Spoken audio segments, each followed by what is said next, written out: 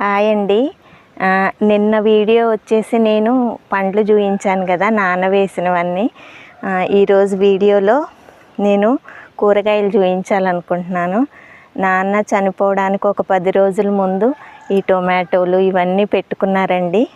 చూడండి ఎంత బాగా అసలు టొమాటోలు ఎలా వచ్చాయంటే అసలు ఆయన ఉండుంటే ఎంత సంతోషించేవాళ్ళోనండి. ఒక్కసారి చూడండి మీరు ఎంతలా కాసాయో. ప్రతిదీ గుత్తులండి. అసలు ఆయన చెయ్యి అలాంటిది.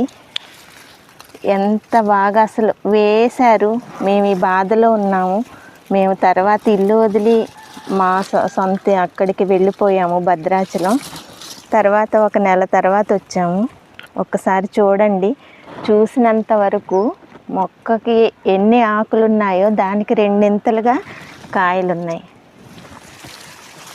అంటే ఇవి ప్రతిదీ ఏ మందులు లేకుండా ఆర్గానిక్గా కాసినవండి. చూడండి ఎన్ని టొమాటోలు అసలు కోస్తూ ఉంటే కొయ్యాలనిపిస్తుంది. ఎంత బాగున్నాయో. ఇట్లా కోస్తే ఎన్ని కేజీలు వస్తాయో అసలు కాయ కూడా చూడండి. ఏ మెడిసిన్ కొట్టలేదు, అయినా ఎంత పెద్దగా వచ్చాయో. అంటే నేల మంచిగా ఉంటే ఇలా ఉంటాయి అన్నమాట.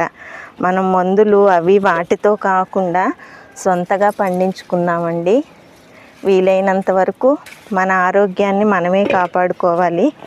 తప్పదు. ఇప్పుడున్న పరిస్థితుల్లో బయటవన్నీ మందులతో పండిస్తున్నారు.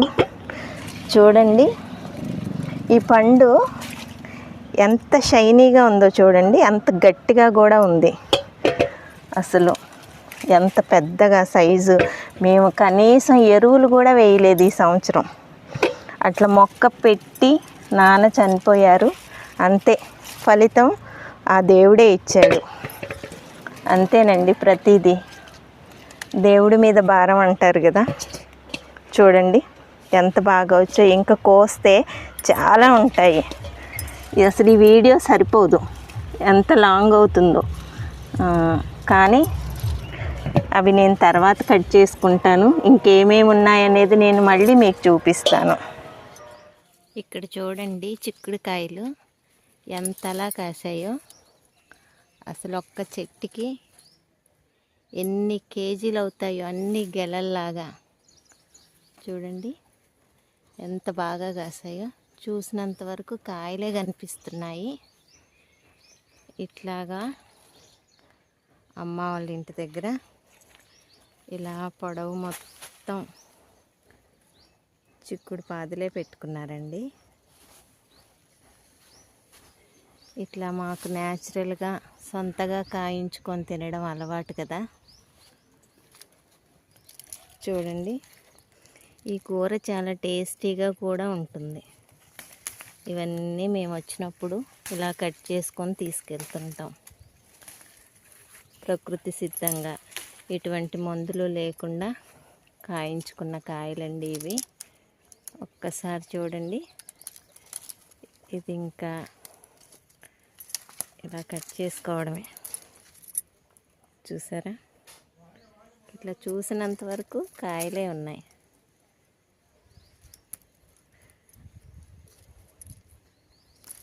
చూసారా,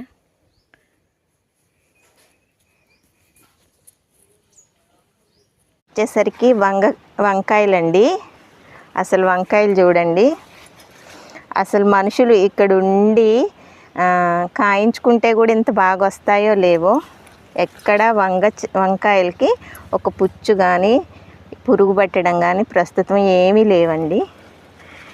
మేము ఒక నెల తర్వాత వచ్చాము. నాన్న చనిపోయిన తర్వాత ఎంత ఫలితం ఇచ్చిందో ఈ నేల తల్లి.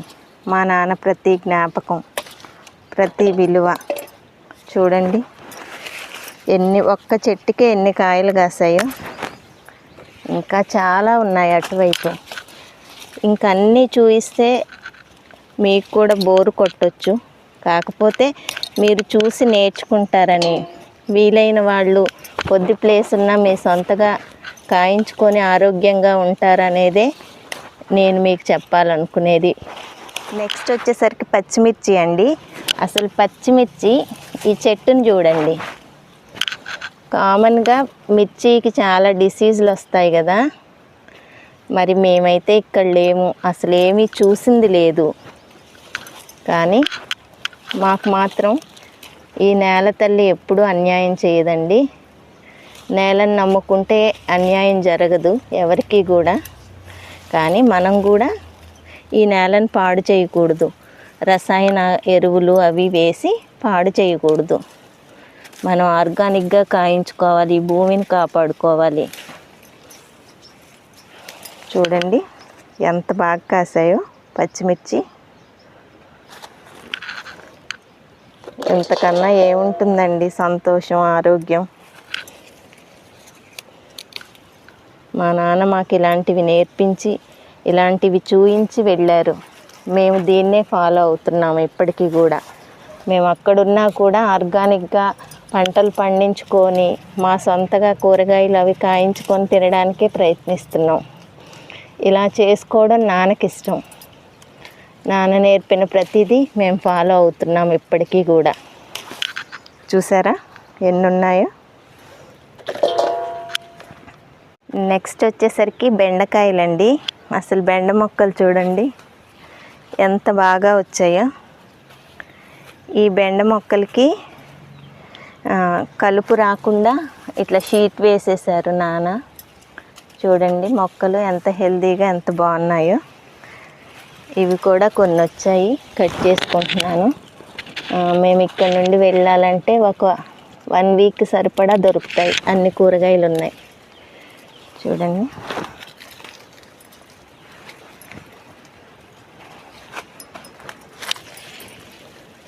మీరు కూడా వీలైన వరకు సొంతగా ఆర్గానిక్గా పండించుకోండి, లేదా పండించే ప్రతి రైతుని ఎంకరేజ్ చేయండి.